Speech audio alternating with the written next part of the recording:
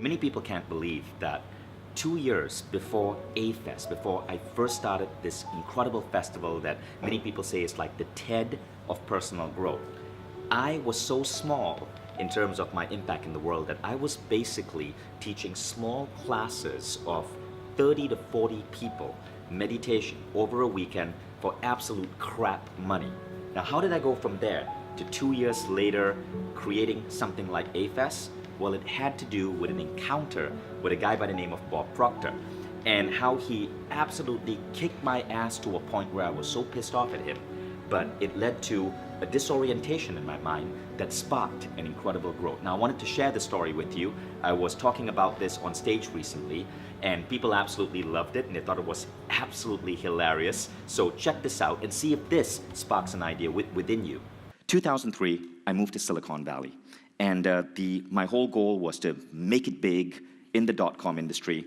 And I realized how tough it was. Actually, I moved there in 2001. The dot-com bubble burst that year. I was completely broke. I was sleeping on a couch. Was the only thing I could rent. And I was sending out my resume to every company that would potentially hire someone. Now, the only job I got was a dialing for dollars job. I had to pick up the phone and sell technology to lawyers, like day in and day out. But the economy in San Fran was so bad that there was no base salary. Basically, you only got paid if you closed the sale. Now, if you're a 25-year-old Malaysian kid with an unusual accent and a name like Vishen Lakhiani, calling up lawyers in Texas, interrupting them in the middle of the day, and trying to sell them technology, you hear more "fuck off, kid" than you would ever expect in any career. So one day, after the 9th lawyer told me to fuck off, I basically went home depressed, and I decided to Google for help. So I Googled, why does life suck so bad? Why are lawyers such dicks? And I'm kidding. I love lawyers. Please don't sue me. And what I found, and what I discovered was a meditation class happening. Now, that class was actually from a very early meditation program. It was called the Silva Method. Some of you might remember it. It was big in the 70s and 80s, and the class was happening in LA. So I flew to LA to attend the class, and I was the only student who showed up. It was really interesting. So it was a 2-day class. The instructor just worked with me in one day and taught me all of these different tools for building up intuition, for creative visualization, for connecting with people through energy. And then I started applying that to my calls, and something very interesting happened. So now I want to ask you to just open your mind to what I'm about to say next, okay? So back then, we would go to the San Francisco Public Library, check out the Yellow Pages, and then I would have a territory. My territory was San Antonio and then Portland, Oregon, and I had to call all the lawyers in San Antonio from A to Z. And you had to go one by one by one and scratch off the names on the Yellow Pages, hoping that someone will take your call, right? Someone who was very bored and lonely that day. And I decided to try a different technique. So I used what I learned to go into what is the meditative level of mind. Sometimes they call it the alpha level of mind. And I would tap into my intuition, and then I would just run my finger down the Yellow Pages, and I would get an impulse. It would feel like I was guessing on who to call. And what happened was really interesting. My sales doubled instantly. In 1 week, I doubled my closing rate.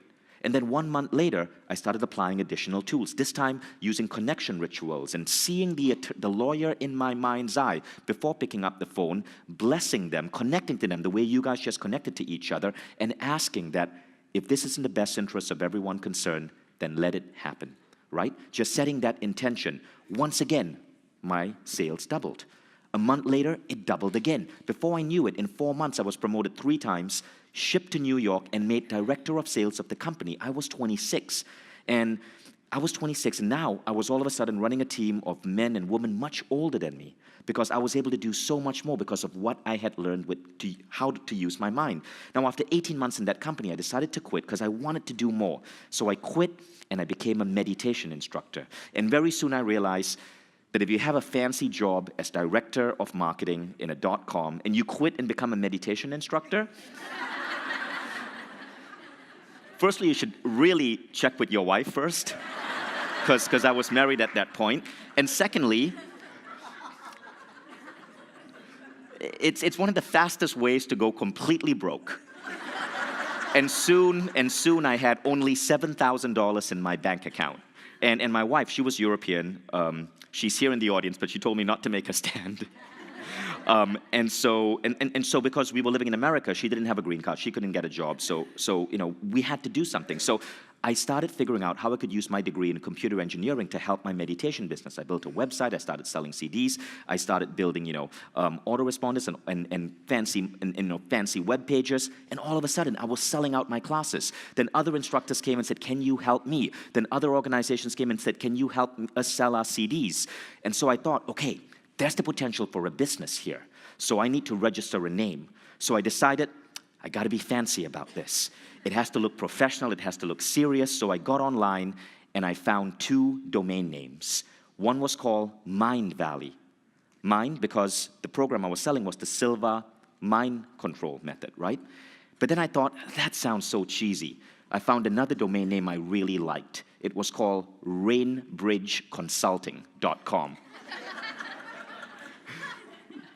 Fortunately, like 24 hours later, I decided Rainbridge Consulting sounds really depressing, which is why you're not officially here attending the Rainbridge Consulting reunion, but the Mindvalley reunion. So that's how that happened. Now I want to show you this picture. I want to show you this picture because this is me in 2003.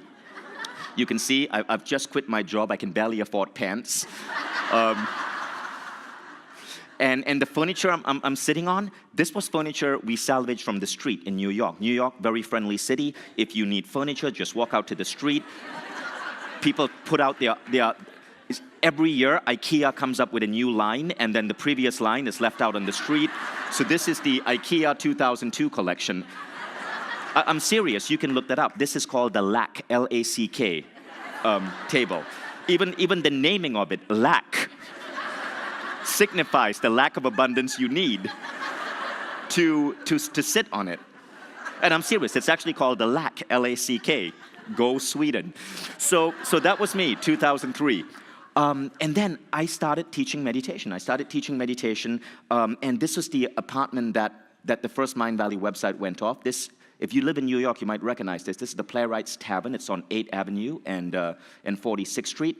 And I had this apartment above the Playwrights Tavern. This is in Times Square, not Disney Times Square like today. I'm talking about strippers and crack Times Square of 2003, before Disney took over. 2 years before I moved into that apartment, that was my window. It was behind that window that the first Mindvalley website was being built. 2 years before I moved into it, it was a Thai massage parlor. Now, if you live in New York, you know what Thai massage parlor is code word for. So yes, the School for Humanity did start in a former whorehouse.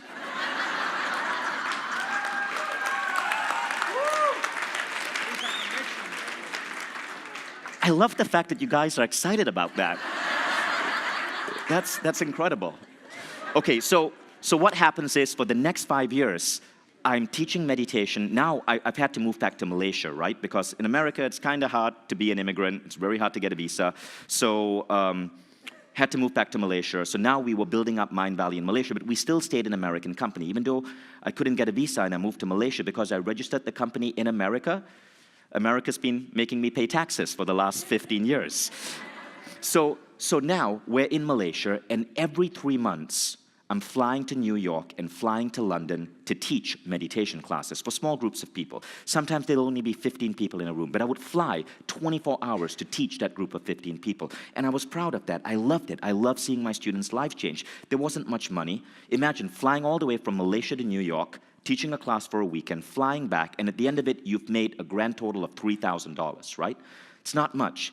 But, it gave me a chance to travel, and $3,000 could go far in Malaysia. Now, one day, this was after The Secret had become really big, and Bob Proctor, who was on The Secret, had become a superstar. Someone introduced me to Bob Proctor and told him that I was really good at building websites. So Bob Proctor contracted me to build his website.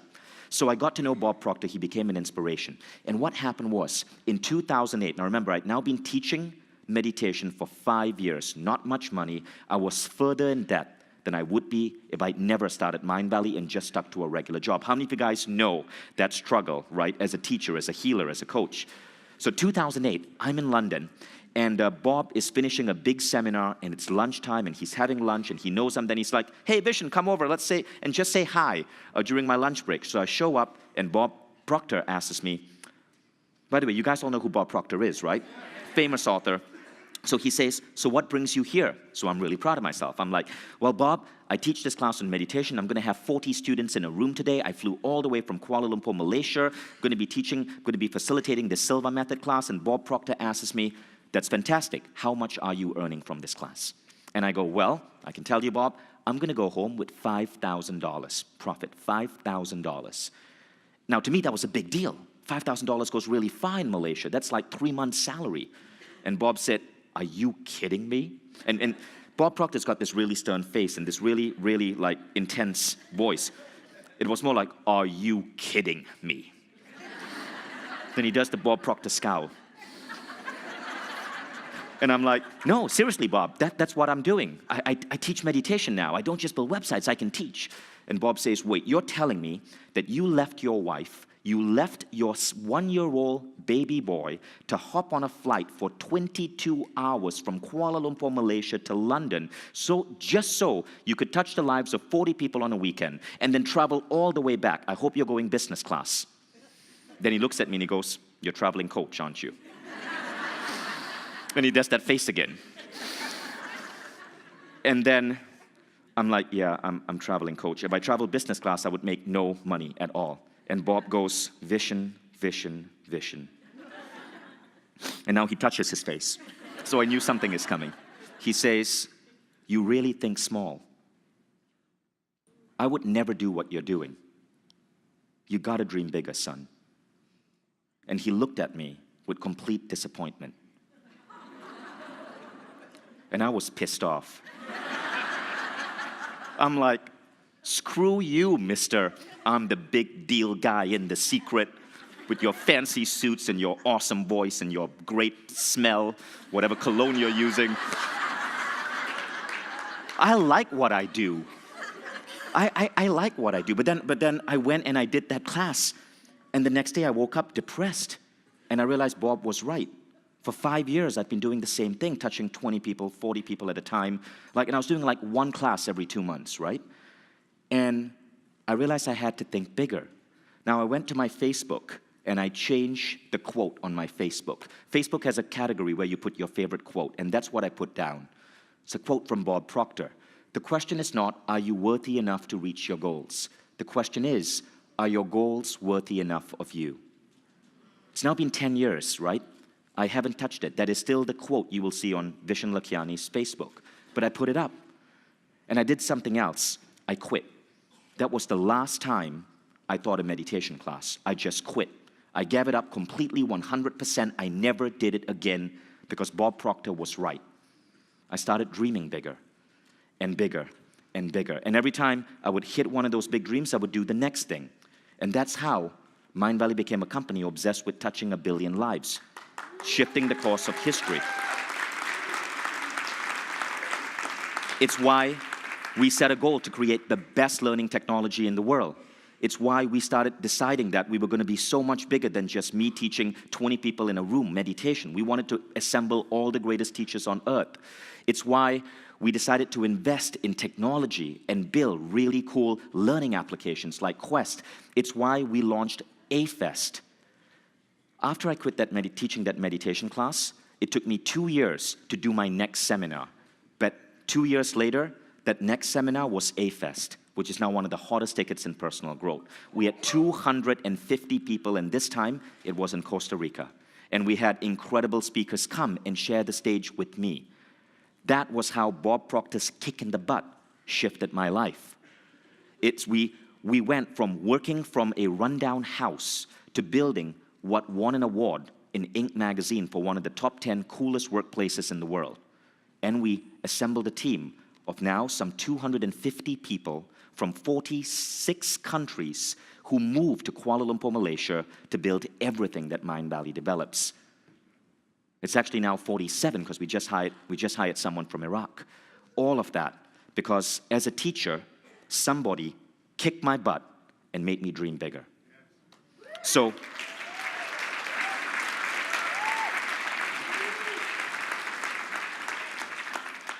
I went from building this up in a former whorehouse in Times Square to an Inc. magazine, one of the world's top 10 coolest workplaces in the world. And all of that was between 2003 and 2012, right? It was, my math is failing me right now, 7 years.